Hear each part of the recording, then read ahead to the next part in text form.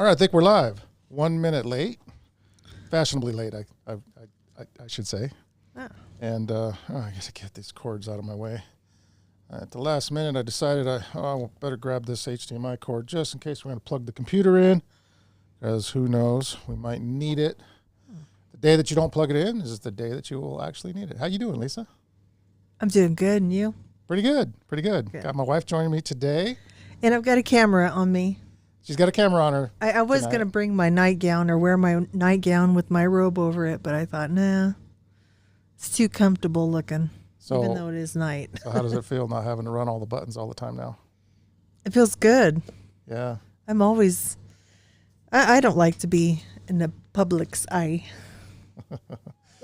So anyways, folks, the title of today's live streaming is Hyperbole of Social Media and Mass Hysteria. So obviously the topic is largely dependent upon you guys and where it goes tonight. So hey, Tracy, how you doing? Yes, we are actually live. And so the topic will actually be dependent upon which way we go. Yeah, live. How's it going, Watchmen? Nice to see you here. And we're going to be putting that the phone number up here in just a little bit for you guys to call in. We're going to wait for some more people to get on the live stream and just kind of like chatter about a couple of the things that's been on my mind all week long, and here we get a chance to interact with you guys live. So that's a good thing. So, and plus my wife has got her camera, so there she is. Oh boy. So anyways, so we're so glad to have you guys here on this New Year's Day. How was your guys' New Year's? Was it good? Daryl Calhoun is with us. Did the neighborhood keep you awake with all the clamor? Ours started at 10 o'clock. Yeah. They're blowing off the shotguns. We live out in the woods, so there was some discharging of firearms until the wee hours of the night. But I slept right through it. It didn't wake me up. Now, Aaron, on the other hand, said that he was woke up, so he was kept up most of the night. Well, I'd doze off and then bam, crack, boom, boom. Yeah. I have my dogs sleep by me, so they go woof. People love to celebrate. And it was one of Levi's favorite times to celebrate. He's got some pretty crazy videos of him lighting fireworks off. He lit a fireworks that was supposed to go up and make the little plume up there. Anyways, it fell over and it went into the neighbor's yard. Almost took out a little girl. That's not funny, but it just skimmed across the ground, going about 105. Daryl says he's in the boonies, southeast Tennessee. Only some fireworks. Oh, okay. So, but all right, folks. Well, let's get into our topic today. So, hyperbole of social media. So, as you guys know, we've done a couple lives concerning, the drones, the orbs, what they're calling them, or plasmoids, or whatever they're calling them. Mm-hmm. And we've been talking about this like ongoing, but I do see a trend in the social media now. The Watchman says the fireworks were in the fog. And fog. Was it that weird fog? I'm pretty sure. And Ricky's with us. He says, hi, Lisa. Ricky Ticky Tabby too. Yeah, so Ricky, you're going to have to call in. Mm-hmm. Well, you can call in on my regular number, Ricky. You don't have to use the online number, but I will be putting the online number up here shortly. But you guys have been hearing me talk about this stuff, and now we have fog, right? And now Lisa's sister, she lives in Anaheim, is that right? Anaheim, L.A., yeah. And she's been reporting that, like this morning, wasn't it? Why don't you tell it? What happened this morning? She just said it's really thick, and it's unusual, and you could taste a flavor to this air. That's how thick it is. So it's metallic almost. Yeah. I was thinking like a chemtrail. I don't know if I'm supposed to use those words. Well, we know for years now they've been spraying this stuff, and the Department of Defense has recently come out and said that they are indeed spraying, but it's to curb global warming. I mean, they're putting these metal particles into the air And Ricky says he likes watching better than calling in. All right, so we're going to start talking about stuff that you wish you were here, Ricky, and then pretty soon you're not going to be able to contain yourself. Oh, I can act like him. Oh. I'm just not as loud. I give it all my oomph. Yeah, exactly. But they've been spraying for years, and they've admitted it. Now, these chemicals, these metals, are actually harmful, and it has risen a lot of concern. And now, if you guys may or may not be, most likely you guys are familiar with the HARP in Alaska, and there's been much speculation about that as well. And so the idea is they put these metal particles up in the air, and then they supercharge them with lots of energy, and that creates these different weather patterns and stuff. And I was very skeptical about this. How's it going? Adabola Ajobo. If you don't mind me asking, where are you from? I remember seeing you on the live several times now. I think you caught us last Sabbath. But, and how close am I to getting your name right? Adabola.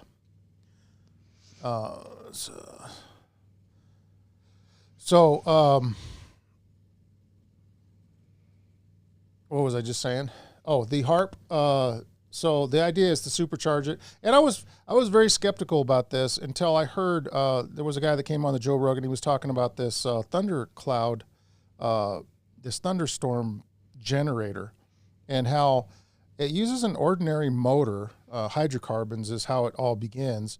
And they put this, it's a fairly simple process, and it actually generates this magnetic electrical type thing that goes on that actually pulls in outside moisture and very quickly forms clouds, and it starts to rain. And this is a technology that they've had for some time, I guess. And some battleships have some very large versions of these things. Okay, Daryl says, I'm the jerk that says leave E.G. White in the dust. Well, there is a growing number of people who are turned off by her writings. But we do talk about her here, so I hope you're not put too far off with that. You're still with us. You've been with us for a while. So so Adabola is actually from Nigeria here, he says. So welcome. We are so glad to have you all the way from Nigeria. That is awesome. And in case you don't know, we are in Montana. I almost said Montana, California. Montana, United States. So, well, we're in Montucket. Montucky. So they're able to manipulate the weather. Now, when I was a kid, there was a fella that lived down the street that I used to actually work for him, and he was hired by the state of California to light. What it was this propane bottle. It was like this 100-pound propane bottle, and on the top it had this weird looking thing, and he would light it. And I don't know what fed the chemical in there, but when he would light this thing, and I watched it in action, and it would let these little red sparkles up into the air, and that was effectively seeding the clouds. And so when he would do this, he would get a phone call from the state, and they would say, okay, we need to seed the clouds. Now, this is done in a lot of areas where okay, so he's from Nigeria, but he lives in Canada. Okay. Fantastic. He's our neighbor. You're just north of us. That's right. Well, it depends on what part of Canada. But so this is a very common thing that people do. Now I've always thought, well, if you seed those clouds at the wrong time, like let's say clouds are coming in on the West Coast and you seed them before they get to their destination, that's going to cause issues, because then you're going to drop all your rainfall before it reaches the coast. And I think that this, this is conjecture on my part, but there are some things to maybe perhaps substantiate it as well. I mean, especially in light of all these droughts and stuff, that it's very possible that they're dumping these rain clouds, and then by the time they get to the West Coast, there's nothing left in them, and of course that creates drought conditions. Or you can actually take a supercell storm and dump seeding into it. We've talked about this before. So there's weather manipulation is a very common thing. It's not uncommon at all. And so it's no longer a conspiracy theory to believe that this stuff's being done. And I was asked earlier, what do I think about the Hawaii situation? How Hawaii burned up. And of course, California, the same thing. There was a lot of things going on down there. And of course, when social media gets a hold of this stuff, everybody wants clicks. And so, there's where your hyperbole comes in. And it tends to turn a lot of people off because you have truth mixed in with error and truth mixed in with hyperbole. And that tends to muddy up the water of what actually is going on. And I think it does a lot of damage to the truth. And of course, when we read the Bible, it's the same thing. How many religions in America alone? What is there? Millions. Yeah, I don't know about millions, but I mean, Christian religions, there's got to be at least 1,000. I mean, conservatively speaking, there has to be at least 1,000 Christian religions in America. And so it waters down the truth. And I don't think every Christian religion is wrong. Now, the question is asked, how do we know which Christian religion is the true one, right? Because... Well, the one with the snakes, wasn't it? I mean, the snakes will bite you, I mean... I guess if you're a sinner, then the snakes will bite you. I don't know how that worked, but I was always marveling at that one. The Pentecost. Okay. Yeah. Okay. You caught me off guard there a little bit. Well, anyways, I wanted to go back to the chemtrail. Well, hold on. Let me finish my thought here. So all of these religions have kind of converged. And if you guys don't know how those all begun, I would suggest you guys read The Great Controversy, because The Great Controversy has such a wonderful history of the early church and where all of the different Protestant denominations came from, the main ones at least. They all have their beginnings, and it's interesting read. It's interesting history, and we can go back and we can learn all those things. But now we just have every person on every block. It seems like they open up in a different church. You got the Foursquare, you got the Church of Christ, the Pure Gospel Church, the this and then that, and so what do we know what's true and what's false? Because they all have elements of truth in them, and I think they're all benevolent in nature. I think they all have good purpose, but as we'll see, God has got a true church. He's got a true people, a true remnant that has always been on this earth. How do you know those churches are in a good manner? I mean, some things, organized churches, they're a crime. I mean, it's not always good. Well, if you're talking like churches like Benny Hinn, and Kenneth Copeland more recently, I mean, there's some churches out there that really have, the preachers have, for nothing but for profit, have duped their congregation. Mm-hmm. They ripped them off. Yeah, basically. Yeah, that's absolutely right. Well, I wanted to read this. Okay, go ahead. So, chemtrail conspiracy theory. Erroneous beliefs that long-lasting condensation trails left in the sky by high-flying aircrafts are actually chemtrails, consisting of chemicals or biological agents sprayed to nefarious purposes, undisclosed to the general public. Believers in this conspiracy theory say that while normal contrails dissipate relatively quickly, contrails that linger must contain additional substances. So those who subscribe to the theory speculate that the purposes of the chemical release may be solar radiation management or weather modification, psychological manipulation, human population control, biological or chemical warfare, or testing of biological and chemical agents on population. But anyways, so it's supposed to cause respiratory illnesses and other health problems. So any kind of chemicals that get caught in your body are considered heavy metals that can cause negative effects on the brain. So cognitive impairment, neurodegenerative disease, neurotoxicity, brain inflammation, blood-brain barrier, neurodevelopment regions, gut microbiota. Anyway, so it does all kinds of stuff, and we're exposed to all that, the metals, and it even magnifies, I think, like 7 times in a fish. So I don't like eating fish if I know if it's coming out of our river over here, which is the Missouri.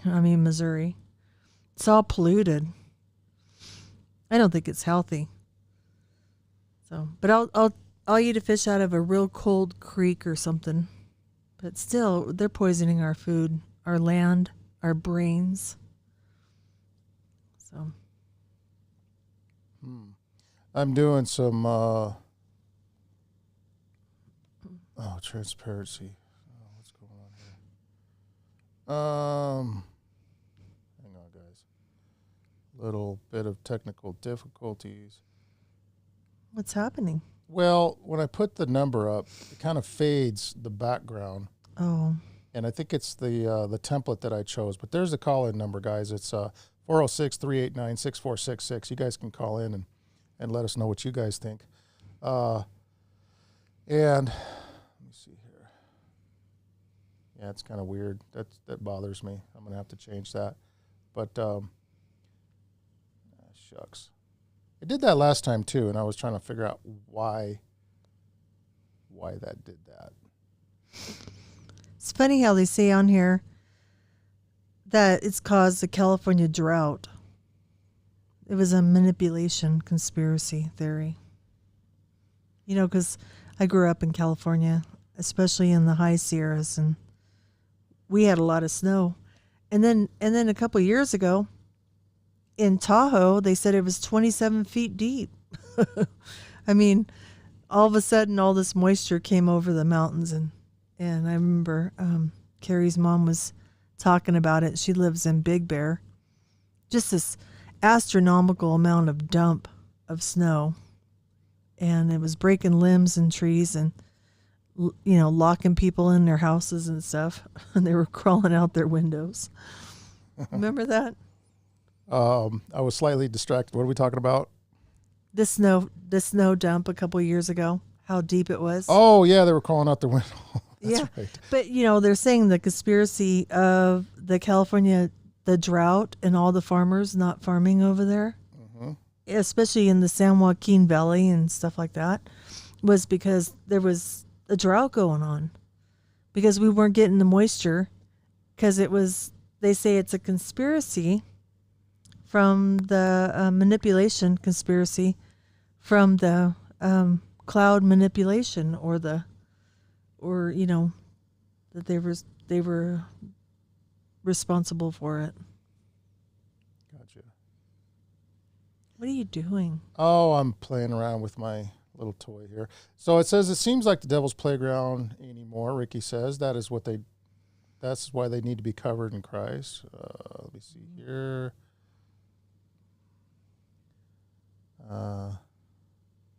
So anyways, so there's the call number back up, and I managed to get it back up there and not fade out the main screen. So there it is if you guys want to give a call in. Also, let me just, while we're playing around with this little thing I'm having all kinds of fun with, if you guys want to email us for a free copy of The Great Controversy, the email is right there. So you guys can email us, and we will happily send you guys a free copy. We'll need your address, of course, so you can put that in there with the email. And so prophecymontana@gmail.com. But so, a lot of these things are distractions, and it was brought up earlier by Aaron. Are you with us right now, Aaron? Aaron was supposed to join us. That they gave a go-ahead to shoot down. And then we haven't seen none of those flying saucer thingies. Well, I hadn't heard that, but he said apparently that was the case. And, there was a question, well, why don't we see these things flying around down south or over Clarkston? I think the answer is pretty obvious. Especially last night. Last night, it should have. If one was going to get shot down, it would have been last night for sure. Yeah. So, but no, are these things just a clever distraction, or are they something that's really going on? And that's what a lot of people are asking, and that's what I've been asking too. And I came up with a theory that perhaps Satan will at least. I saw some Chinese lanterns last night. Those are cool. I remember releasing those. Mm-hmm. Those big paper, kind of rice paper things, and then you light that little. I got it. Yeah. Well, for people who may not know, they'll burn down half America, unless they're in Canada or Montana or something like that. Well, Montana will definitely burn, and no, not right now. No, I mean, if there's snow on the ground, obviously it's not a bad time to light them off. But I mean, I don't know if I would try it in the middle of summer. No. So, but they're fun, until somebody burns down America again. Yeah. Yeah. Yeah. Oh, a Chinese lantern could easily be mistaken for an orb. Yeah. Well, that's true. And that's what's happening. A lot of people are mistaking stars even. I mean, I think the Milky Way. Yeah. I'm telling you, it seems like, when I zoomed in on that star, and the guy that actually, hang on. Hang on a second, guys. Press 1 to start the call or 2 to decline. Press 1. The call will start at the beep. Hello, you're on Prophecy Montana. Yes, this is Tim Grady. Did you say, Tim Graydon? How you doing, Tim? Hi. I'm doing pretty good. Let me get you turned up just a hair here. I get your emails, don't I? You've been emailing me a couple different things. I think I used one of your links that you gave last week for our part of our topic. Yeah. So where are you calling us? I thought I would just call in. I'm from Lawton, Oklahoma. Oklahoma, okay. Well, fantastic. So what are you, are you 2 hours ahead or 1 hour ahead of us? My current time is 7:24. 7 o'clock? Yeah. 7:24. So he's you're ahead. He's ahead 1 hour. It's 6:24 right now. Yeah. So what's on your mind, Tim? Well, I was calling about a whole bunch of things. Okay, let's have it. One of them is where I'm going to study on the rules of engagement between God and Satan, or Christ and Satan. Oh, the rules of engagement. Yeah, okay. I think you brought that up on one of your comments a couple of live streams ago.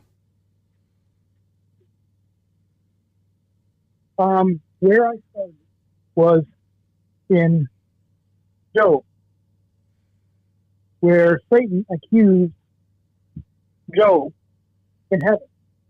And God said, anything you want except kill him. Oh. That's right. There's a limit to what Satan can do. And you mentioned earlier about prayer. Prayer is something that is where we are the wild card. Because if we pray for someone, said the other side prays for evil, prays for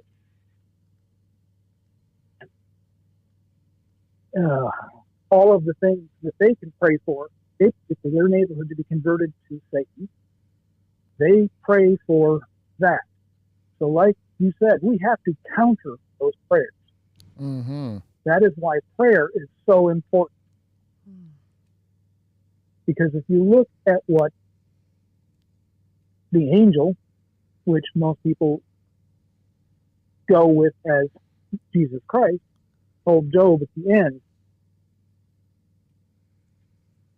when it was the next rule of what is between Satan and, because of Satan, and this is a point that I'm a little off on,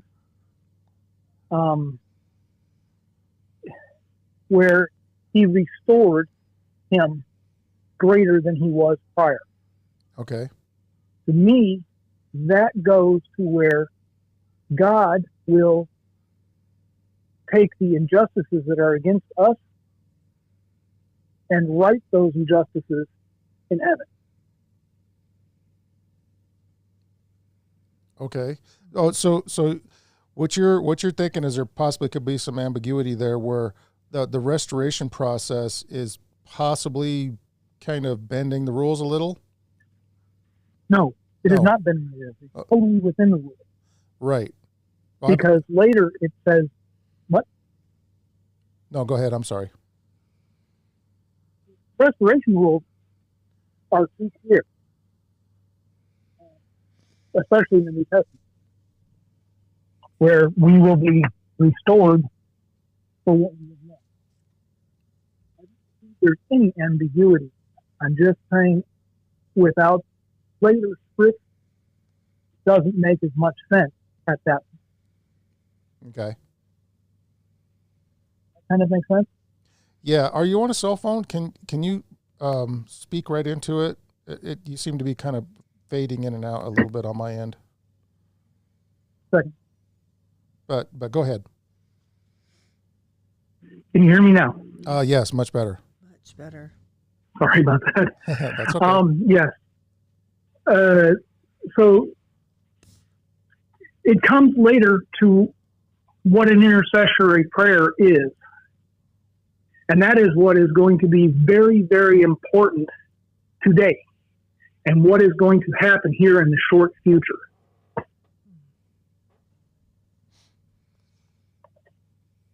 As far Does that as make sense? Yeah, as far as our position in intercessory prayer and the need for it, is that what you're driving at? Yes. Yes. One of the prayers that I am requesting that everyone pray for. I've taken Ellen White's, I've taken what's in the Bible and what's in, and brought it into 3 prayers that are needed to be prayed every day by everybody that is in the church. In my opinion, one of them is praying for the leadership of the church, to uplift them. Mm-hmm. Yes, I agree. The next prayer, because if we all pray for them, some of the mistakes that may be happening can be turned around. Okay. Because all right, I like that, because look, I think we should have been praying for them all along. A lot of us don't. I'm just as guilty as the next guy, but they're under a tremendous strain. I don't think most people realize the kind of strain that leadership can be under. I've seen some of it, and I've seen some of the disconnect between the leaders of our church and the lay people. There's a huge disconnect in both directions. I remember I agree in both directions. Yes. I remember sitting in a meeting and listening, and I kept thinking, wow, not just a disconnect, because people accuse them all the time of disconnecting from the laity, but the laity is disconnected from them as well. And that's what struck me in the meeting that I was in with the our conference president here in Montana and some other people that make things happen and make things run, and it really kind of soaked in at that moment, because they're all alone. They're all alone. They're trying to make this thing work, and they get so much criticism. That's basic. It's almost like a thankless type of job, where all they get is the criticism. They hardly ever get any positive feedback on their end. When you pray for someone, they can feel it. Mm-hmm. Have you ever had that feeling in the back where it just tingles, like the Holy Spirit's coming in? My wife says yes, but I'm a guy. Guess I'm more analytical. He's callous. But when you pray for someone and you uplift them, they can feel it. Yes, I agree. My wife agrees, yes. I pray for my youngest son, and he'll call me. He could feel it. So when we pray for the leadership, they can feel that support from the bottom. Okay. They can. Now, my father was a leader not in the Seventh-day Adventist Church. He was a leader in the Worldwide Church of God. Oh, yes. And when people prayed for him, I knew that I and he knew when someone was praying for him in large numbers. So I know if it can be done there, it can be done in our church. Absolutely. Well, who founded that? Was it George Armstrong? Herbert W. Armstrong. Herbert. I got the Armstrong right. Okay, Herbert W. Armstrong. Yeah. And for those of you guys out there that don't know what Tim's talking about, that's Worldwide Church of God was a Sabbath-keeping denomination that kind of, if I'm not mistaken, wasn't that kind of disseminated 20 some years ago, and then or they went to Sunday worship or something happened there, but a lot of their no. When they broke up, 1/3 of it went to Sunday worship and total apostasy. 2/3 stuck together. Gotcha. Wasn't it Bobby's? Yes. Say again? Yeah. Oh, well, she mentioned a name. It was a friend of ours that actually used to attend that Worldwide Church of God. Yes. Years ago. The doctrine is 95 to 97% the same. Yeah, that's correct. In, what about the sanctuary and all those parts of the message? Okay. I'm probably derailing your original purpose for calling in. I'm sorry. No, I'm real good at that. This is fine. This is fine. This needs to be discussed. Okay. The sanctuary is where Herbert W. Armstrong made the auditorium in the Ambassador College campus was to the sanctuary dimension. Okay. He was not trying to make it a new sanctuary, but he did. And that was what the downfall of the Worldwide Church of God. Gotcha. He went against the counseling elders, he went against the financial elders, and he went and pretty much went forward with it. And that was the downfall of the Worldwide Church of God.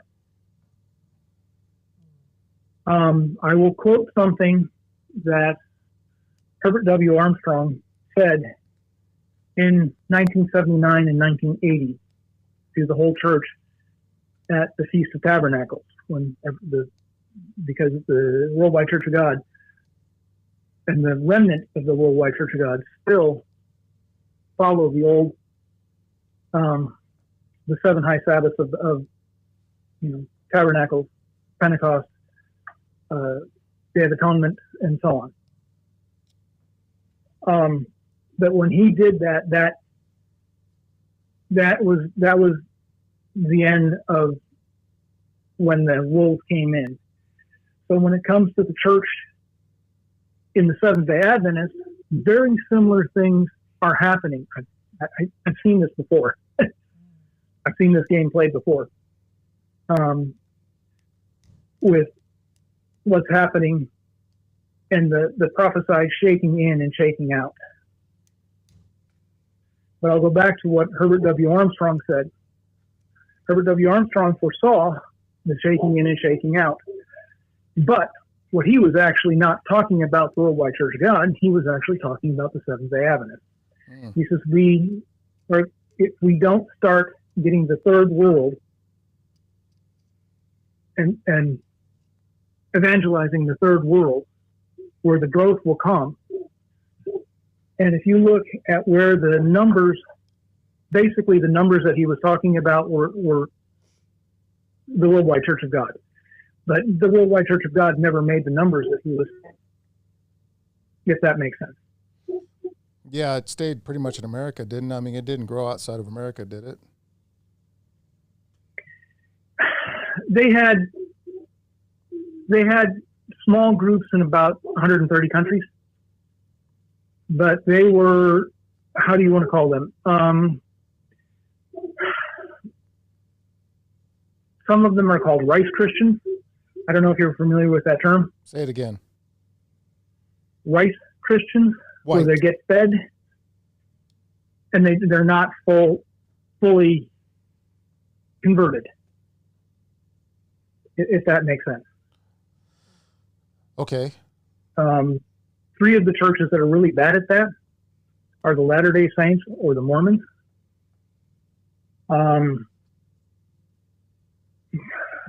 The Anglicans are pretty bad at that. And some of the Baptists are pretty bad at that, where they come in, they bring in projects, and they're not really long-term projects that can really help people. They're just feed them temporarily. They get big numbers, and then it never really goes forward. And by the way, Elder Wilson said something in a meeting that I watched that I believe is very, very profound. Africa, all of the continent of Africa, all of the unions, all of it is a net contributor now to the General Conference. A net contributor. Interesting. They are now a net contributor. They are self-supporting plus paying money to the General Conference. Interesting. So they're not. There's another. They're well. I've said it for years. Africa. Okay, so Africa statistically makes up, what is it? 30% of the world's Adventists.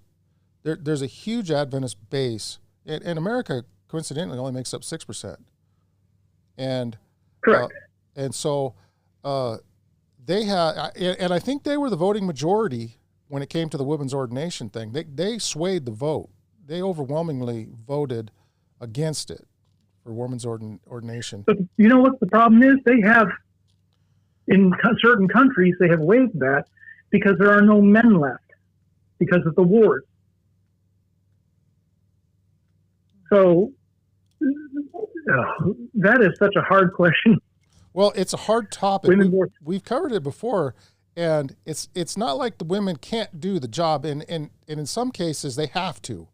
I remember a church in Morro Bay, California, where Connie Jesperson, what a saint she was. She ran that whole church by herself, and when necessary, I mean, she was playing the role of an elder and a pastor, and now she never, she would always hand over the authority whenever a male figure would come into the church as a guest speaker or whatever.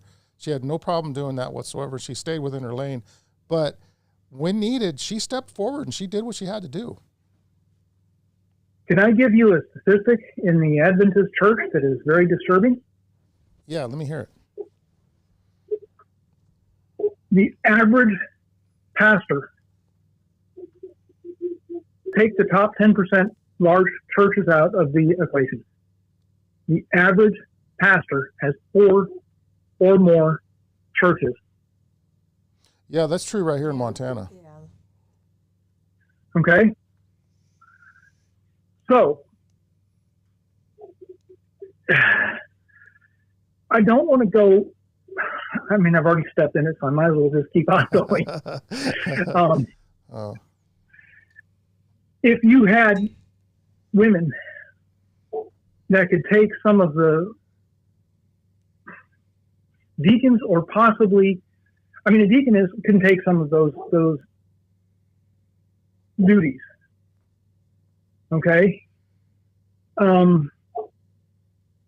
Being an elder, because an elder is the top position in the church, period. Right. A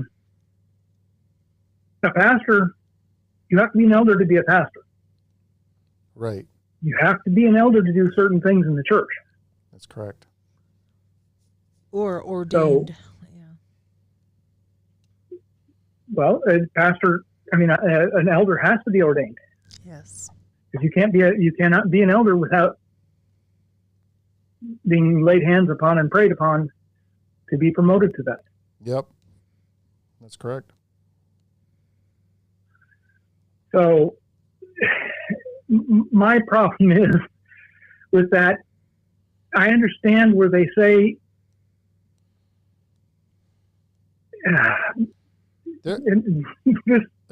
well, mine is confusion on that. I'm sorry. No, that's okay. And Zachary asked the question, what was E.G. White's opinion on women as pastors?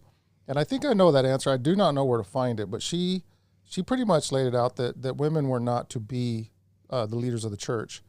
But a lot of people mistakenly thought that she was a pastor or a leader in the church, which she was definitely not. Many times her husband would speak. Now, when she had something to say, she had no problem. She would get up there and she would say it. And she was not really known for eloquent speeches either. I think it was HMS Richards Jr. or Senior. Which one? Was it Senior? Junior? I don't know. Anyways, he was a young kid, went to a tent meeting when she was still alive. She said it wasn't her sermon that was all that impressive. It was her prayer. When she prayed, the Holy Spirit fell upon the congregation, and people began to weep and begin to repent of their sins, is the way he put it. And so she was a phenomenon, no question about it, but she wasn't in any way usurping man's authority. And that's one of the things that a lot of people get wrong. Oh, she formed the church. She was a pastor herself, all this stuff I hear, but none of it's true. No, it is not true. And then people forget that what she even said about herself. And remember, she was the third in line to get this, to become the prophet. So the third in line for there what? Were two men. I missed that last. Oh, the prophet. That was the word you said. Okay, I got it. Yep. Yes. There were two men in line to do so. Yes, that declined it. And both of them, when they tried to remember what God had told them, and one of them had said, "I have grieved the Holy Spirit away and my salvation." What a terrifying thought. I'm sorry, say again? I said, what a terrifying thought. It is. It is. And I feel for both of those men. So when God puts something upon your heart, you better do it. Well, yeah. That's correct. I don't know if you heard my story years ago, speaking of that very subject, where I went into a house and, I do a lot of handyman work and, all phases of construction, what have you. But I was doing this job for my landlord, and there was a lady in there, and I don't know if you're familiar with the term a tweaker, but she was basically on drugs, and she showed it. I mean, her whole countenance was very obviously she was on methamphetamines. Missing teeth, scabs, very thin. The house was a wreck. Anyways, I had this impression in my mind. It wasn't an audible voice, but it was just so loud. I was arguing with myself because it kept prompting me to say something to her about God. That's all. That's literally what the impression was, to say something to her about God. And I resisted, and I resisted, and I resisted. And she kept walking around through the house, and I'd see her here, and I'd see her there, and she was just busy. And, boy, that voice just nagged me. And I argued, went home, felt bad about it, felt bad all week. And when I went to church that Sabbath, this was at the Templeton Hills Church there in California, I was walking by two ladies that had the year that we used to get our pictures put in the directory, and they had the directory open, and lo and behold, my eyes just slapped right on that picture of that lady that I had just worked at that house, and I knew right then and there I'd messed up,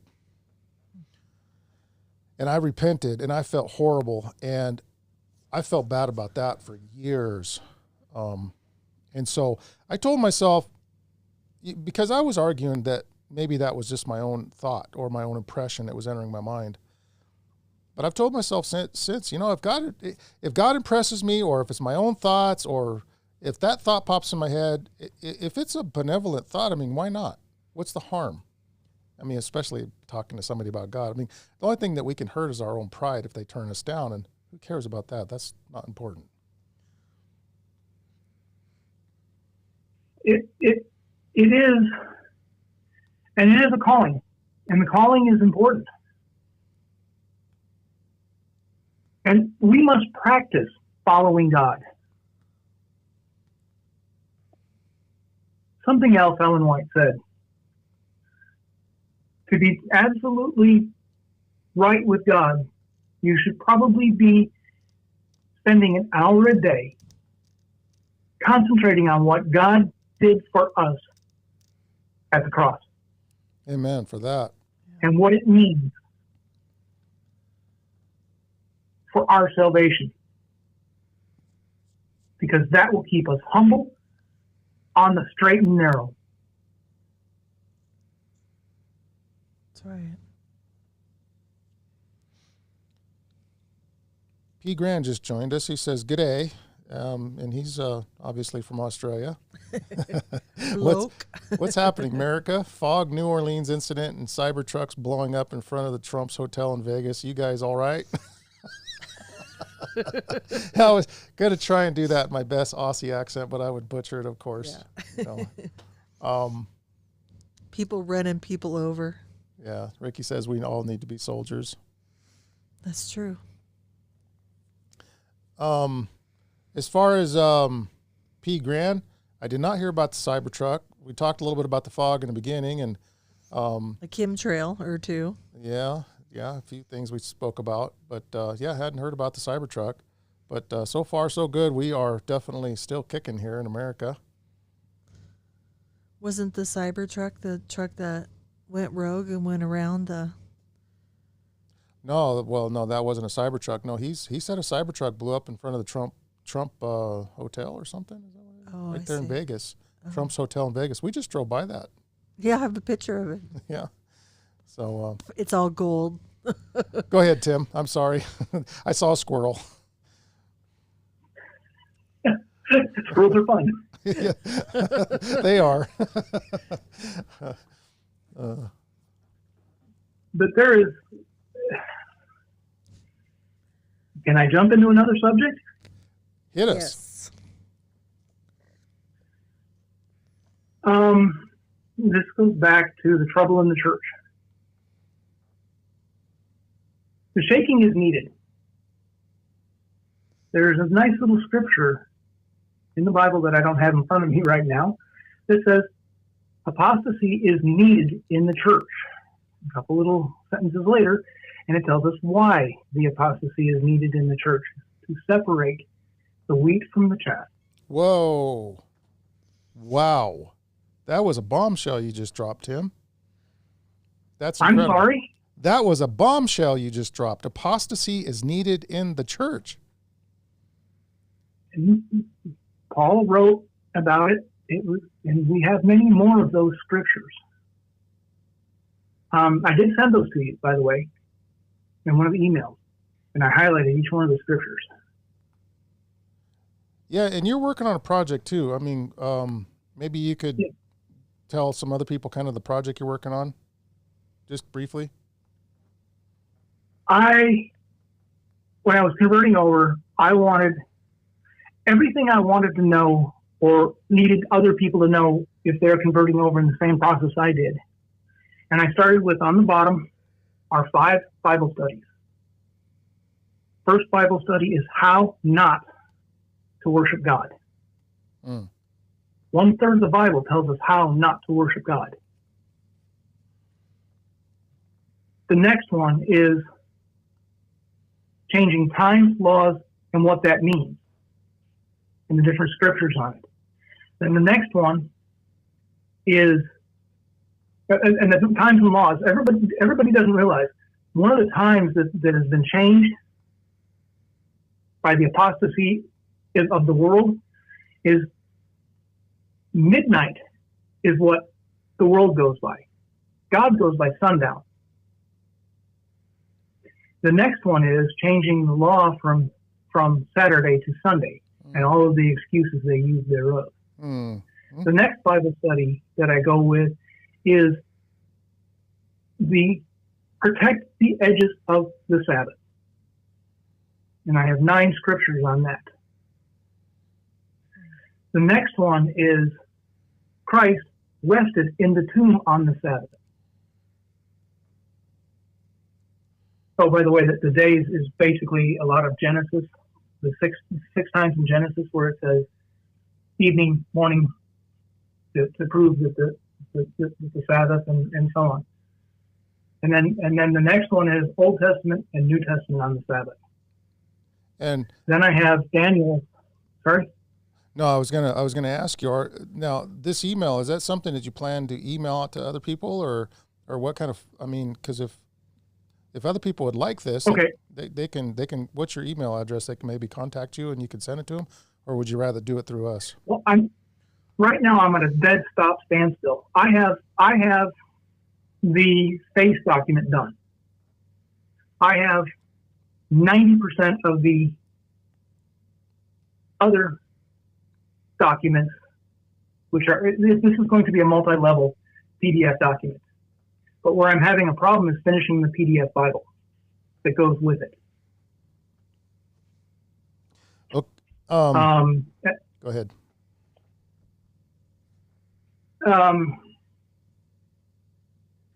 My goal was for the lay evangelism program was what it was aimed for.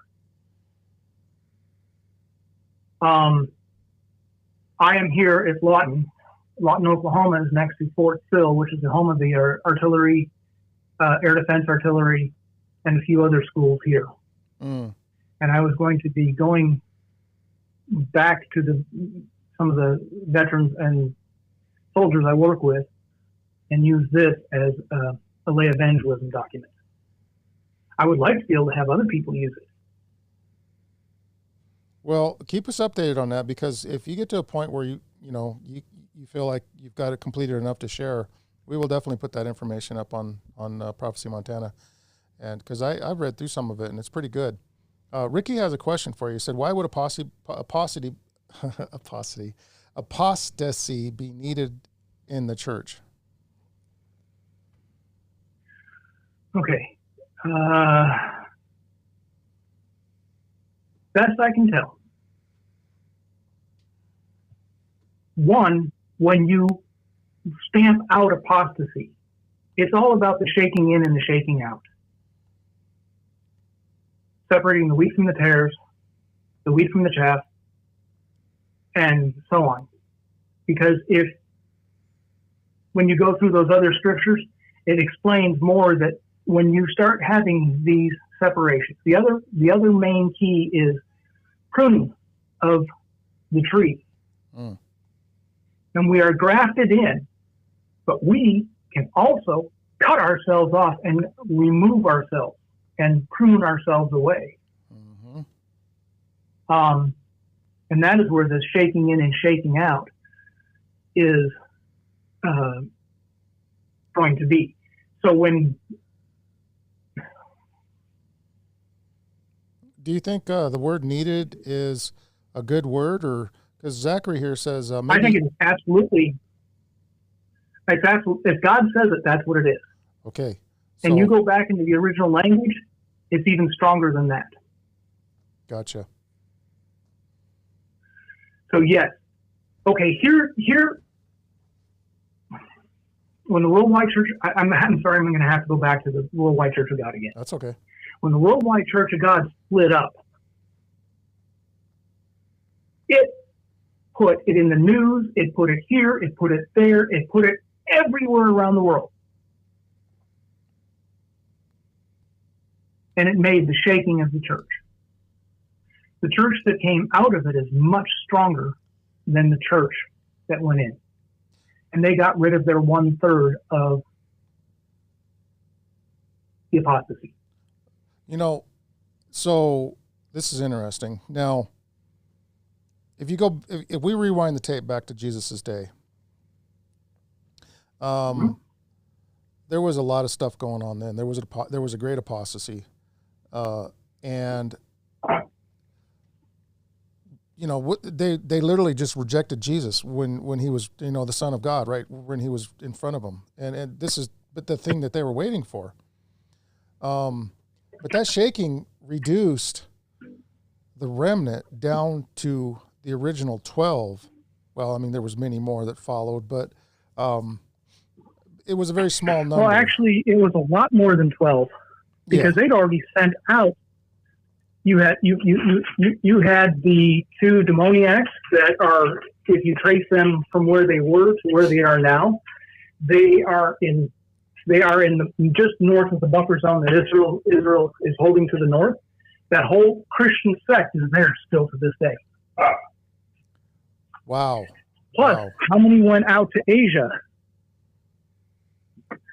You see what I'm saying? That's right. Well, you're correct. So that would be probably in the thousands. But it was much smaller. It had been reduced much smaller than what was previously, and it included a lot of people that were not Israelites.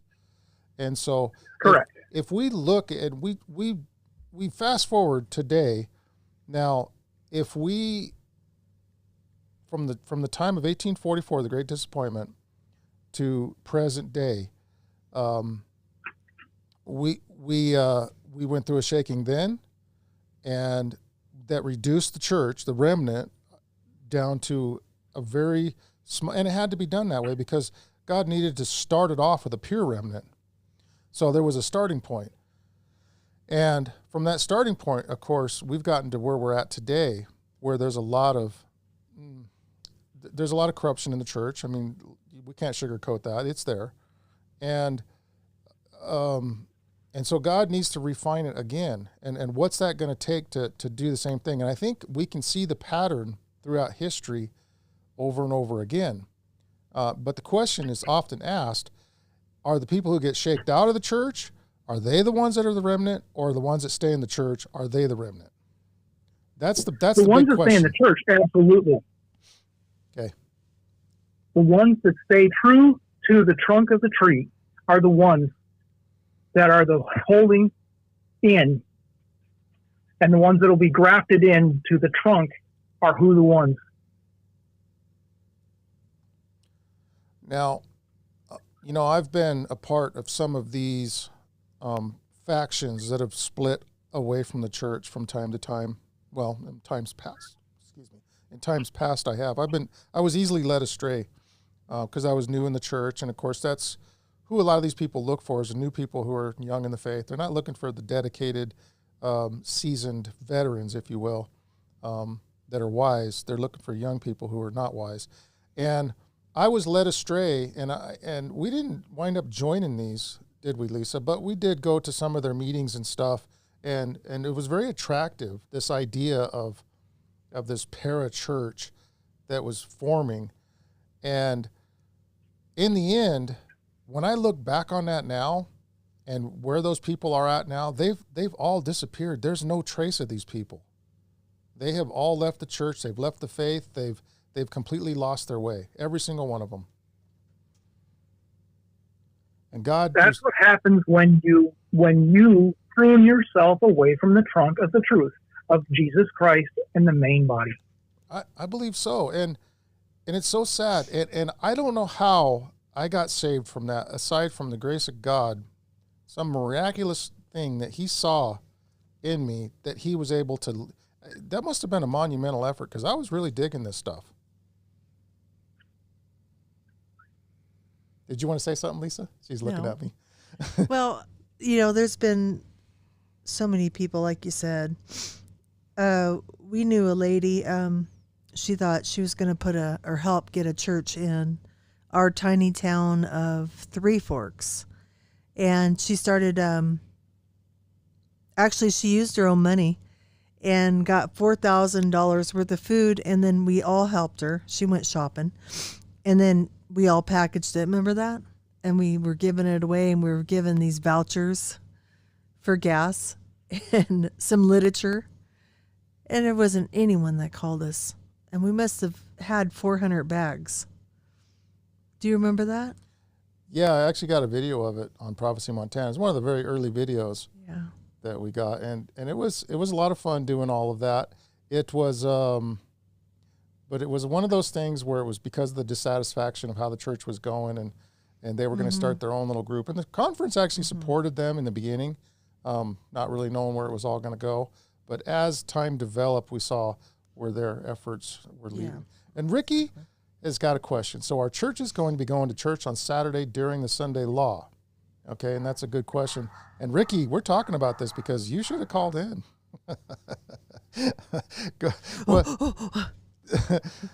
What do you think? What do you think, Tim? Our church is still going to be going to church on Saturday. I mean, when they start to enforce this Sunday law, is that gonna okay? Stop? What do you know about tokenization of assets? What do you know about what's going to happen with the no buy, no sell? Tokenization of assets, reverse interest rates, and the CBD, central bank digital currencies. Not much on any of those topics. If you could briefly go through them, that would be fantastic. Okay. In Revelation and Daniel, there's the greatest theft of property and rights and so on and so forth. And in that, the mechanism that they're going to be using is going to be the central bank digital currency, which they can program who and what you can buy with it. That is going to be the fulfillment of the prophecy of no buy, no sell, because they can program what you can buy. I'll give you an example that they give. You're a parent, but you don't want you can give your child an allowance, but you'll say he can't buy candy with it. Okay. So when he goes to the store and puts the candy on, they'll say, sorry, you can't buy this. Okay, you expand that out to where we are. When you're in the no buy, no sell, you are going to have to go underground. Okay, and that's what Ricky's... Does that make sense? Yeah, and that's what Ricky's question was, and that's what he often brings up is, okay, so if we're supposed to stay in the church, and I'll just speak for Ricky here because I know exactly how he would phrase this. If we're going to stay in the church up until the very end, then what about when the Sunday law is passed and we are forced to then leave? Then what? And so your answer was, yes, it'll have to be going underground at that point. Yes. So what Conrad Vine actually said was correct, that we will have to have underground churches. But he and most everybody mistook what he was saying. But what he was saying with the tithe and the underground church is not what got him in trouble. It's what he said 2 years earlier with Health and Liberty Alliance is where the real issue is going to be with why he's in trouble. Okay. Well, we don't have to worry about that because we're in a Lutheran. We're renting a Lutheran church. They're going to kick us out. Yeah, they're in a Belgrade church. We actually rent a Lutheran building. And they've been very good to us, I have to say. And some of the comments here, now they're talking about house churches. Zachary says, we have to count the cost, lose our families, friends, reputations, and lives. So there will be a cost. There's a cost to everybody who follows Jesus. You're going to have to give up something, usually in the form of our favorite pet sin. And at the time, that probably feels like it's a horrible thing to give up. But trust me, after you've given up those sins and you look back on them, you think, man, what a tremendous deliverance. But some will have to give up. Can I jump into Absolutely. Go ahead. Can I jump into another hot subject? We love hot subjects, Tim. Okay. Jumping in Friday. You know about Health, Liberty Health and Alliance? Let's see, what was it? What is that? They're the ones that are about to file the class action lawsuit against the church. Liberty Alliance? This is where the true chasing. Yes. Liberty and Health Alliance. They're the ones that are going to be filing, and that is what got Conrad Vine, because he's the one that brought the ultimatum to the church 2.5 years ago. Okay. So it's going to be, that's what's going to start, in my opinion, that is what is going to be starting the great shaking. Is this lawsuit and the proceedings and the flack and all the fallout from it? Is that what you're thinking? Yes, all the flack and the fallout, and it's going to be over the COVID statement that the church put out. And when you look at the church history and you look at what happened in World War I, where in Germany the church made a similar statement, and you could not get a draft exemption for liberty of conscience. And what happened in Germany and in Austria in World War II, and some of the other failures we've had over the years. Like you said, there's apostasy in the church. The church is not apostasy, but there is apostasy within the church. We have to remember that. And I don't believe most of the members are within apostasy. No, not from what I see. No, I concur 100%. I have seen things that would make a grown elder cry. I mean, as far as some of the grievances. I mean, we walked into a church one time in San Luis Obispo, California, and that place, you could hear it before you got there. I mean, it was standing room only. As soon as the doors were all wide open, there was a guitar playing, there was a drum set, and there was a lady up there with a very thin T-shirt and no bra on. I remember beating on the tambourine. Our boys like that church, Carrie. And the youth pastor had long hair, and it was dangling over his guitar while he played, and he shook his head. And that, I tell you, we walked right back out of that church, and I didn't know what to think. I mean, I was so confused for so long. And you will know them by their fruits. Yes. Yeah, and it was really upsetting to me. And then I would go to the Morro Bay Church, which was ran by Connie Jesperson, and she was very, very conservative. She was very old school. We weren't even allowed to talk in the sanctuary. She would come unglued if she caught somebody even talking frivolous talk in the sanctuary. We had to go in there and sit down. It was for prayer. It was for service, and it was a very sacred place. And she taught me that, and she taught everybody that. And I still try and keep that to this day. But I know I've noticed a lot of sanctuaries don't have that sacredness. Yes, and that is a problem. I also, when I go to the synagogues, and whether it's on their Sabbath or on their other days, when you can go and discuss the Old Testament with them, they have some that women and men are still separated. You have others that you get a lot of knowledge, but it's like a bidding floor on the stock exchange. It's not just us. And remember, this shaking that is coming is not just our church, because we have the ones that are being shaken out of other churches that are going to come to us. Find a church right now that is not in a shaking situation in the Christianity right now. Good point. Something that is an excellent point.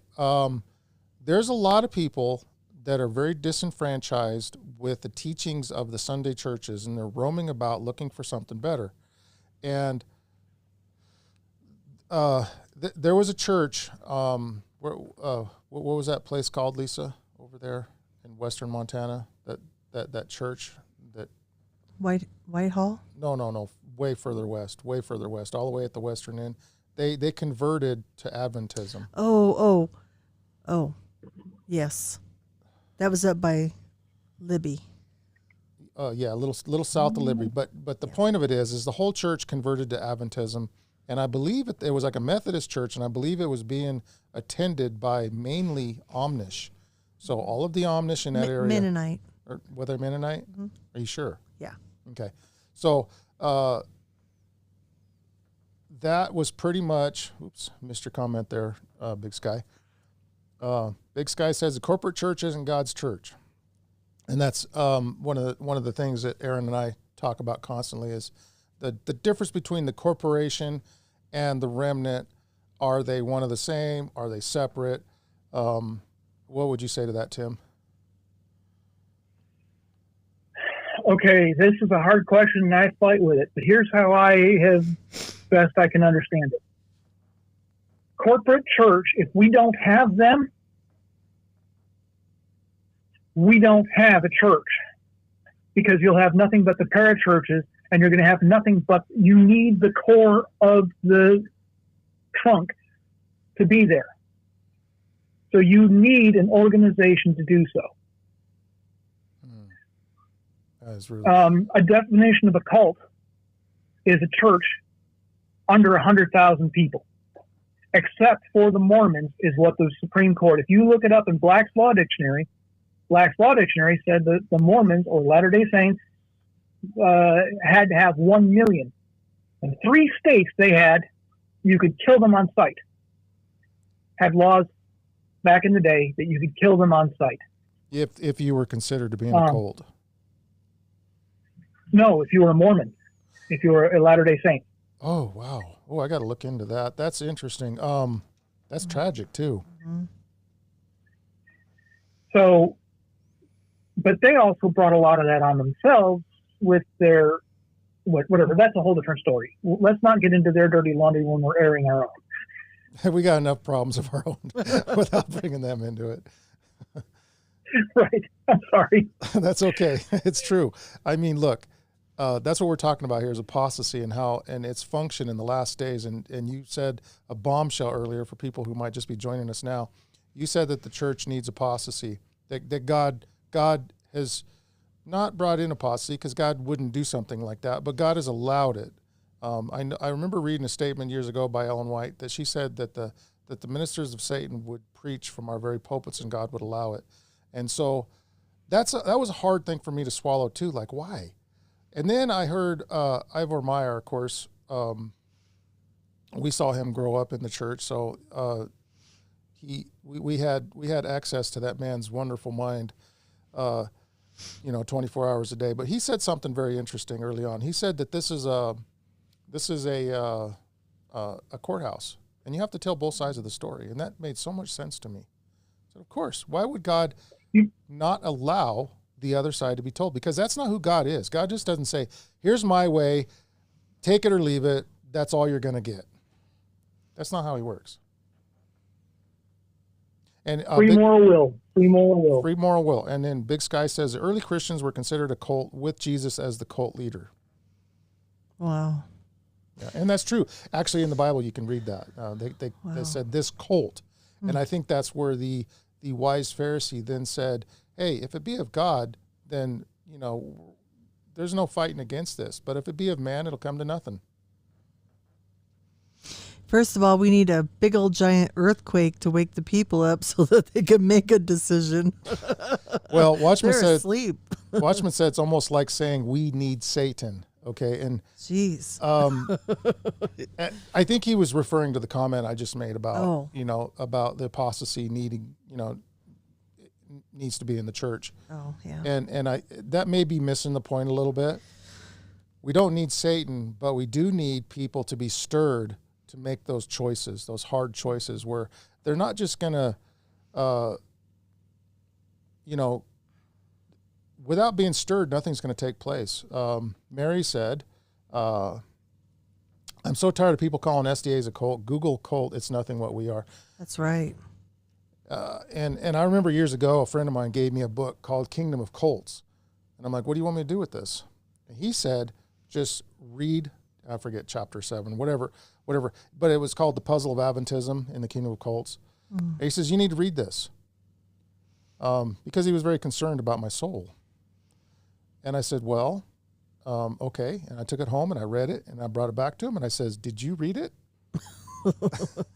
And he said, no. I said, I think you better. It says, it doesn't say what you thought it said. Did you give the book back to him? like that. Yeah, I did. How was that again, Lisa? Like that. Okay. So I'm sorry, Tim. Go ahead. Another squirrel. Can I make a suggestion that you use Zoom? That way, more than one person can call in, Oh, that'd be and awesome. you can show it on YouTube. Now, I do want to do that. I have had some technical difficulties with that in the past. I use what's called a YOLO box. That's the thing I'm punching on right now. It's kind of like, it looks like a tablet, and it's an all-in-one. You put everything into it, your sound, your audio, video, everything, and it sort of just spits out, everything combined. And when I tried to bring in people on Zoom, the audio was off by a fraction of a second, and it's hard to describe it, but it made it really, really difficult for me to talk with my headphones on and listen to them at the same time. And so somebody out there has an answer, and maybe I'll have to go through my computer to use the Skype instead of my YOLO box, but we'll figure it out. And that's actually a really good idea, Tim. To fix your hearing issue, split your speakers. Okay. And turn off the other one and listen in the split second after. And that will solve it, in Zoom tutorials, because our church is starting to Zoom our Friday night Vespers and our prayer meetings. And I will send you a link when we get it a little bit more worked out, and you can invite people to come to it. It's every other Friday. I'm going to keep trying, and there's supposedly one that's better than Zoom that's actually made for live streaming. And I keep forgetting the name of that. I got it wrote down somewhere, but and I've played with it for a little bit. I have a lot more time now in the wintertime to do things like that, actually, whereas the summertime we're just busy, and it's just go, and I don't have time for squat. Here is another feature in all of them, not just Zoom, because they're all using the same third party. When someone speaks in Spanish, as an example, and you see it on your screen, it will be translated into English. And when you speak in English, they will see it. So in other words, some more of the people that may not be English first language can now participate, and you can run it through, instead of the video and the audio, just post the chat or the transcript. Yeah, the kind of like the closed caption. Right. Yeah. And not the video. That's excellent. Isn't that amazing how we can, well, and AI has even gotten it to the point where it'll voice it across between the languages.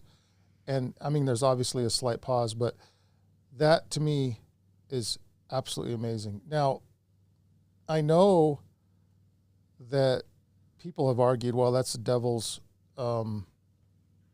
technology, but I don't think we can give the devil all the credit for these things. I mean, for example, there's people in New Zealand watching right now. There's people in Canada watching. There's people from, different parts of the world just watching the live right now.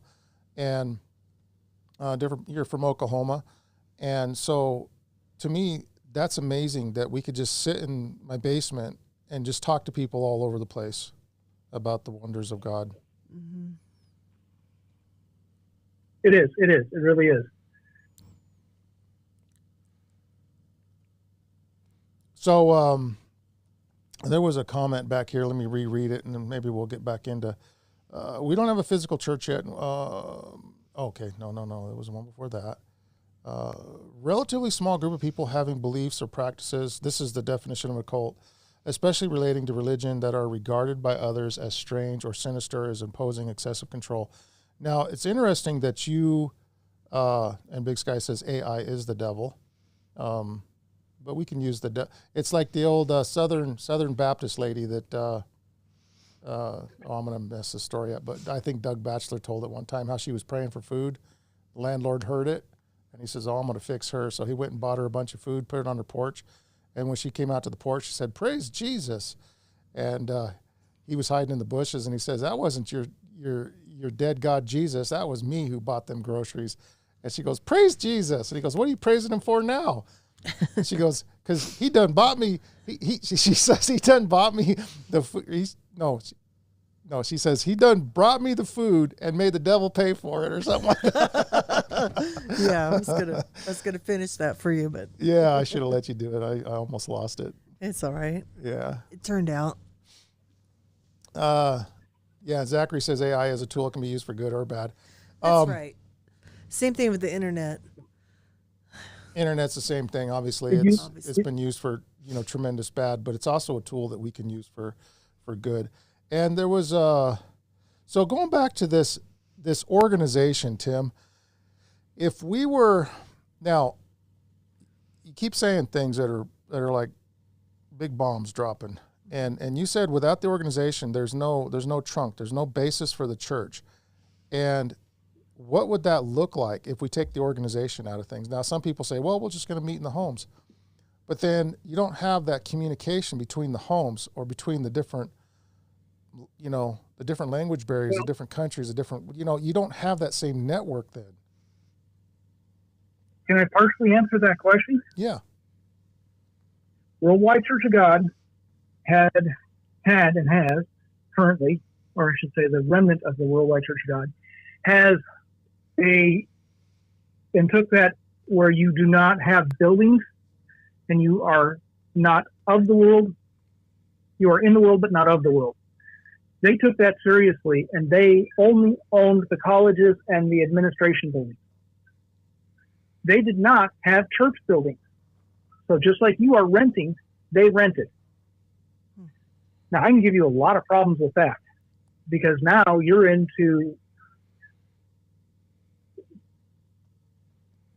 renting lodges, you're renting from the Masons, you're renting from whomever will rent you a building. You're at their mercy.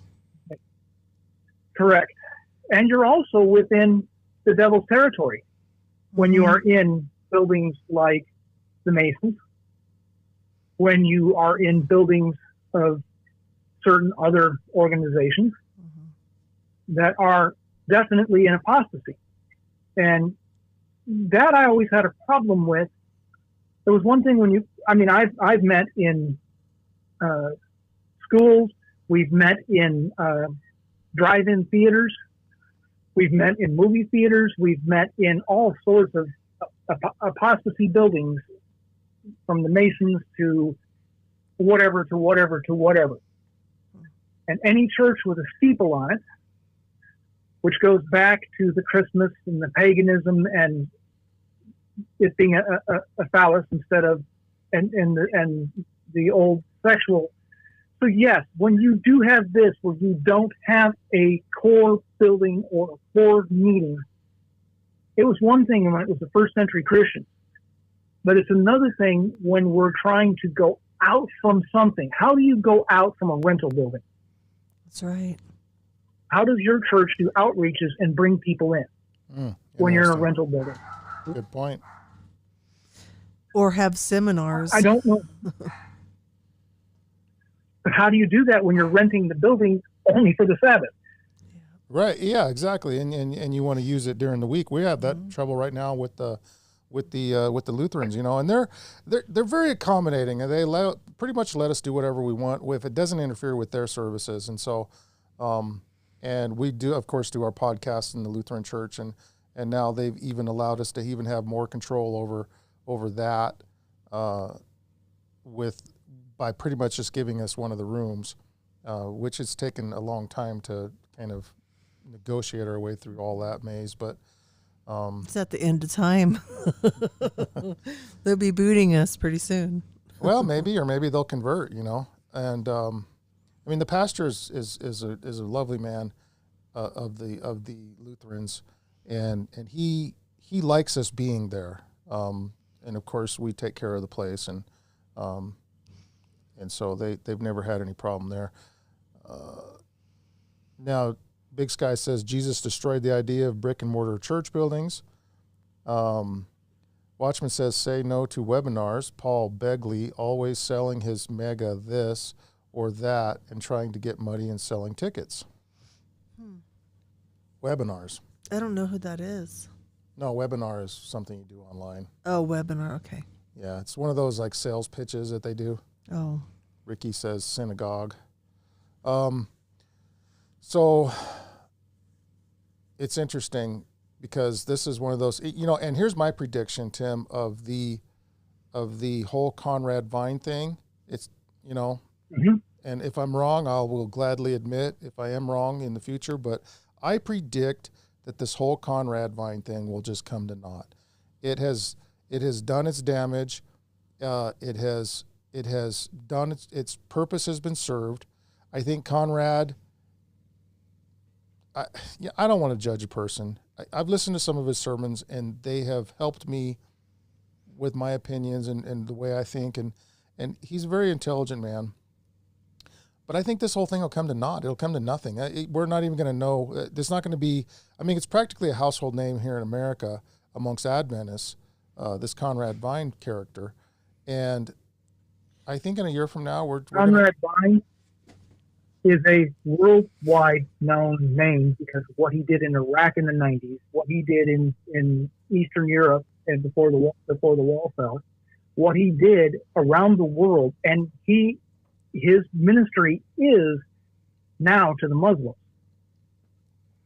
So he is not just a United States name, but I also believe the Conrad Vine is the sideshow, and the main show is going to be the class action lawsuit. Well, you might be right. We'll see. Now, is he currently employed anywhere, or is he just kind of drifting and sort of rogue? And how old is he?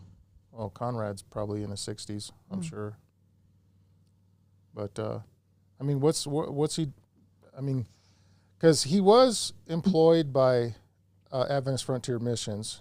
That's when we spoke to him. That's when we spoke to him, because here we're trying to line us up to become a missionary. And it was either that or what we're doing now, and we kind of settled on what we do now. So, but we were being called into the mission field, and maybe there's a good reason why we're not there. It was the Aleutian chains. I didn't want to be over there. It was pretty intense. I didn't want to eat moss for my greens. That's where I really would like to have gone. Oh, jeez. But after I got severely injured in the military, that's not a possibility for me. $65 for a watermelon. That's what they said. So L and T73, by the way, thanks for joining us. I don't know how long you've been with us. He said, Conrad is 1 year older than me, and I'm 51. Oh, okay. Okay, so we're older than Conrad, Lisa. Gee whiz. I would have guessed he was in his 60s. Don't say that. I'm 20. Well, jeez. I told you he was older. Or no, I said we're older. Yeah. Oh, darn it. Drop the beans. I messed that one up. Sorry, Lisa. But isn't she beautiful for being 50 some years old? 20. 20?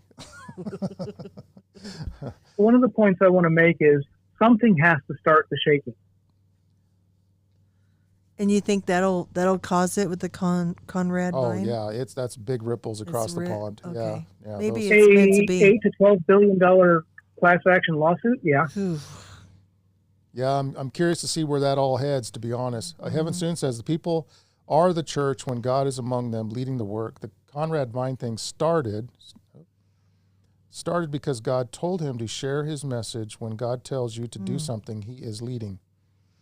And that's been Heaven Soon's position from day one. She aligns with Ricky in that. And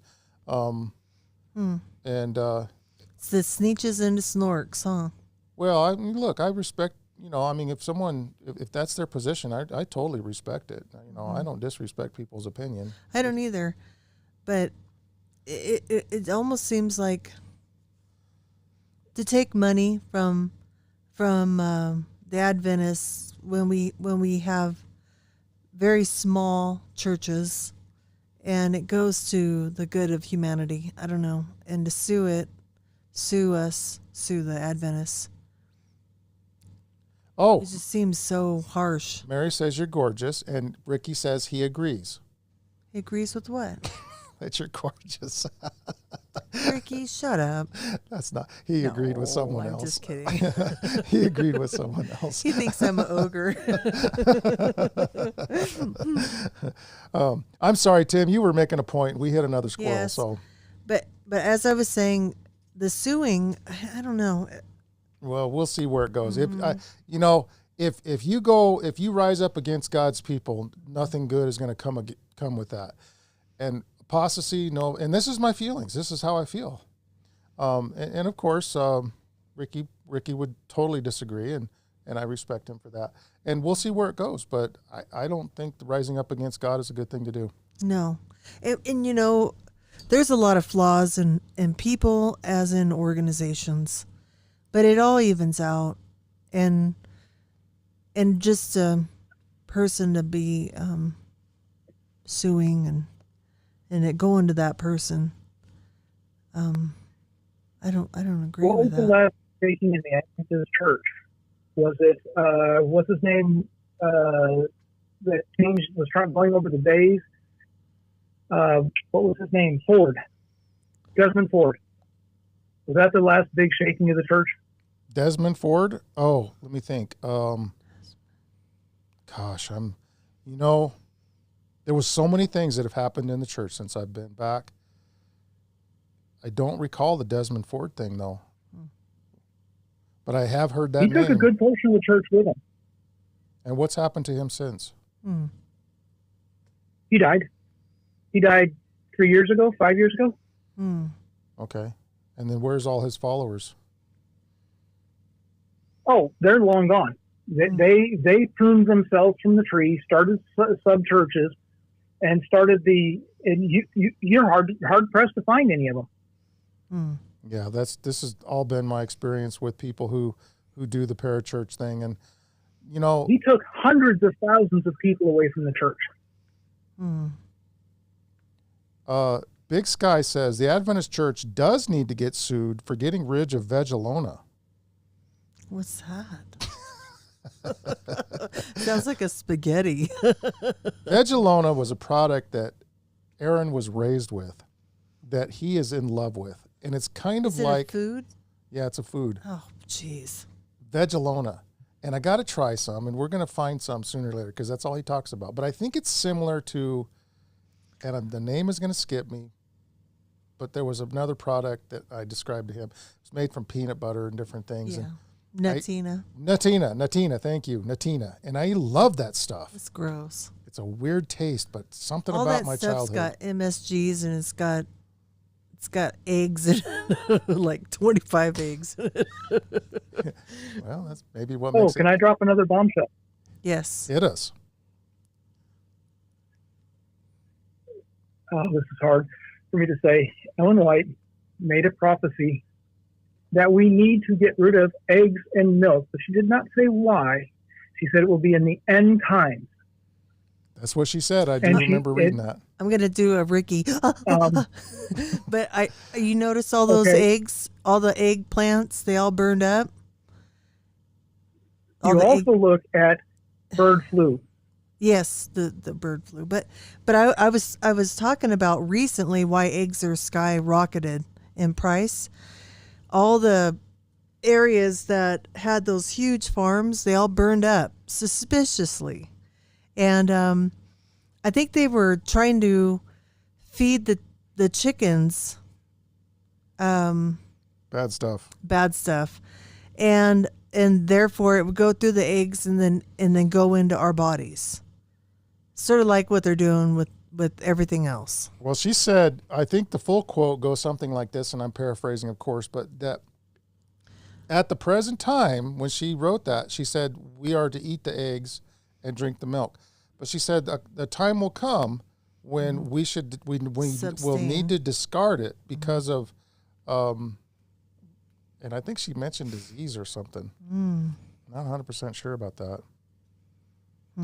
And Big Sky, Mr. Aaron Bruce calls you a bad Adventist. Why? Because you don't like Vegelona. Oh, I don't know what it is. Oh, Well, you've had Natina. And I think How about another bombshell? Mm-hmm. Okay, Tim the Bombshell. That's your nickname from now on. Mm-hmm. It is. Okay, how do you make vaccines other than what COVID was? You're using the eggs to bring it forth. So when it all comes back in a big circle. Yes. That's what we were calling the bad thing. Well, he's Okay, right. sorry. So they actually use the eggs in that process of developing these things. Oh. Mm-hmm. Now, I don't know how that all ties. Not for the big C, but for regular vaccines. Mm-hmm. Okay, for regular. Oh, okay. And then, but I mean, I'm not sure how that ties in with the mysterious burning down of these egg farms. Huge. Millions of egg laying If chickens. we don't have these facilities, we can't get vaccines for the normal stuff. So disease will spread. Oh, interesting. Okay, I see where you're going with this. Now it's hard for my mind to comprehend. Now, I do fancy the conspiracy theory from time to time, but there are even times when my mind has a tough time going. Like we know this individual where and Aaron knows him too. I won't mention his name in case he's watching it, but this guy's a character. He will espouse every single conspiracy theory that comes across the board. The lizard people, I mean, you name it, everything. And Mary says, good night. Good night, Mary. Good night. Have Thank to do you. worship before I go to bed. Love participating in this live. God bless you all. Yes, we've gone long too. So God bless you. We're an hour 36 right now. God bless you, Mary. And my. thank you so much for hanging in there with us. Heaven Soon says, no one could buy or sell certain items during COVID, but during the final crisis, only those without the mark of the beast are not able to buy and sell, also in Revelation 18. And that was my point too. It's kind of like they prevented us from buying and selling with no legal backing at all. The stores were private entities, and they all said, hey, if you don't have the mask, you can't come in. And so it was very interesting, I thought. And Ricky says, I thought the eggs was for the flu shot. It's for the vaccinations. Yeah. Yeah, when my kids got their vaccinations for school, that's what I was reading about back then. Yeah. And we probably should wrap up this live here pretty quick, but it's been a lot of fun talking with you, Tim, even though I've kind of done most of the talking here in the last portion of it. I mean, I'm not trying to. I really feel bad, like I'm taking over the live. But before you close it, I want to put in one link, and it will explain the CBD.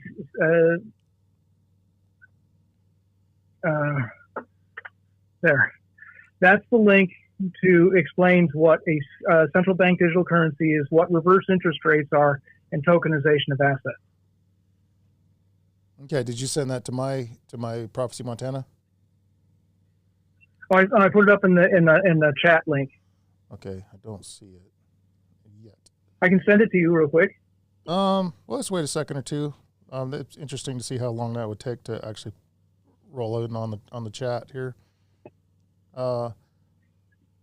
Zachary says his pastor was arrested for protesting the mandates. Wow. And Heaven Soon says they are destroying the food stores, the farmers, and MD. What's the abbreviation for MD? I'm so ignorant. I don't know. Well, if we look back in history, where did the starvation come from? And it was all during the Great Depression in the United States. It was all government changing rules and regulations on where food could be built, be stored, produced, shipped. So if we look back at history, governments are the worst offenders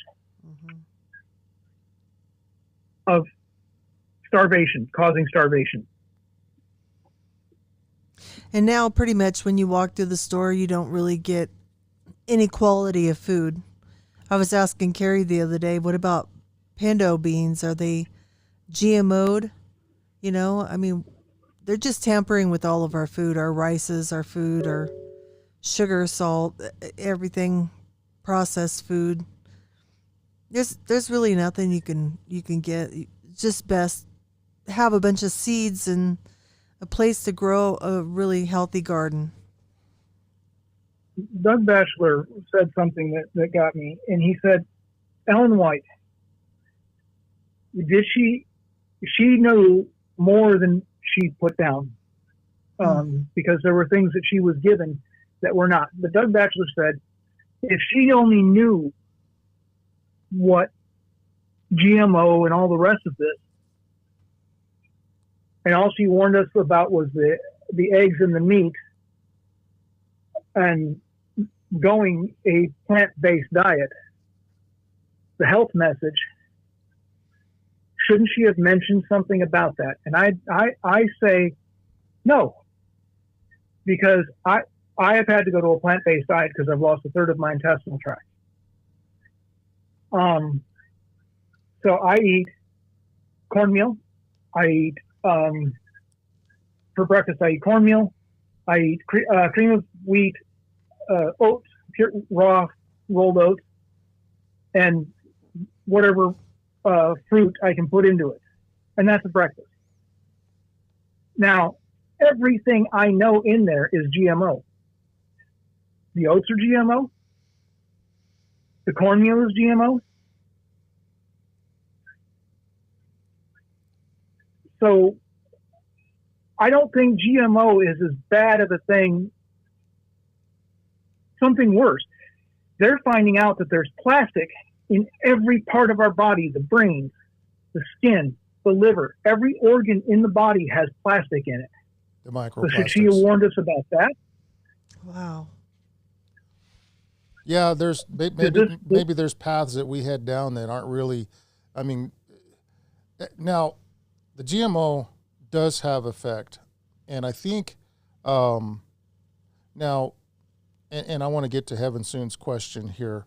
I don't know if it's rhetorical or not, but there's a thing called biomagnification. If you're eating the spinach yourself, you ingest that level of whatever toxins is in that spinach. But if you feed it to the cow and then you eat the cow has biomagnified it. We see this in the oceans and everything else. The fish, yeah. And so it's important to know that whatever we're consuming on the base level has been magnified in our livestock.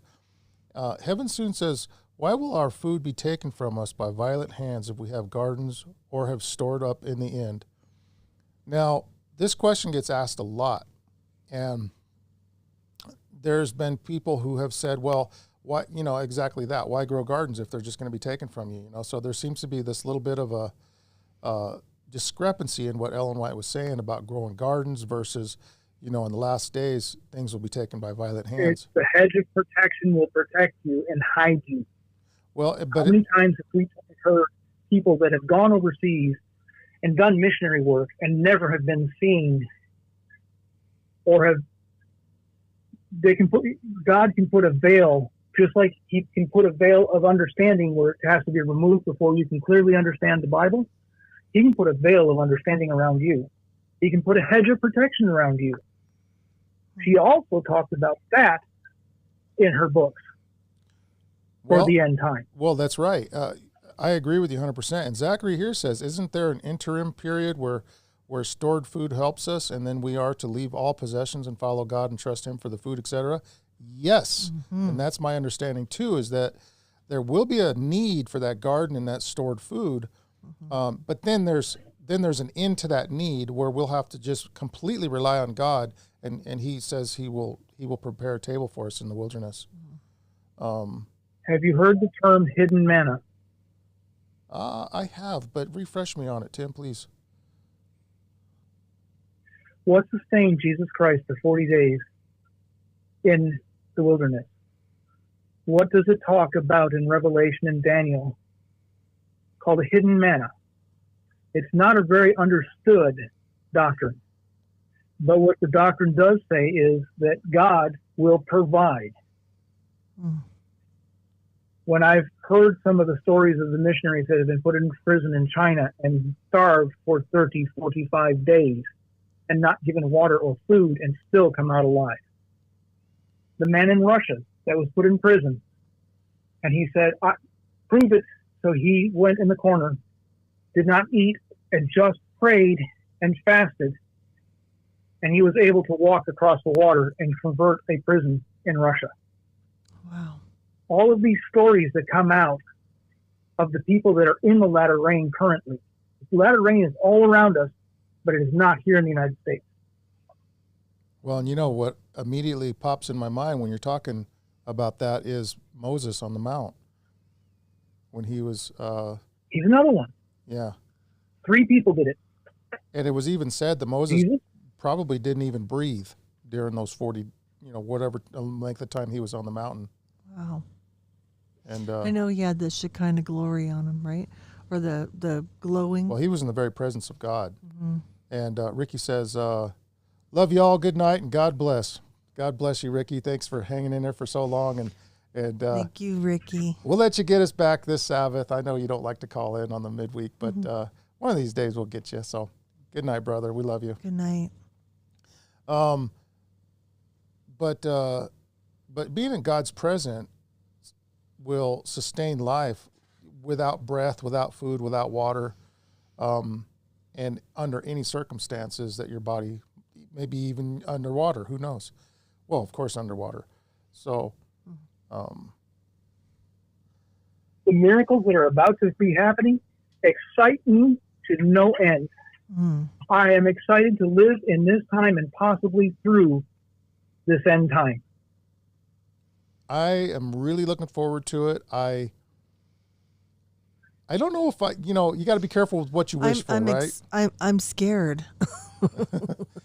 I think there is an element that we should be afraid of, but then it's called fear. Well, we know there's going to be a time of trouble such as never was. We should, we're gonna be in fear for our lives. So there'll be times when and then we're going to go through the time of Jacob's trouble, which to me seems like the hardest part of the whole thing.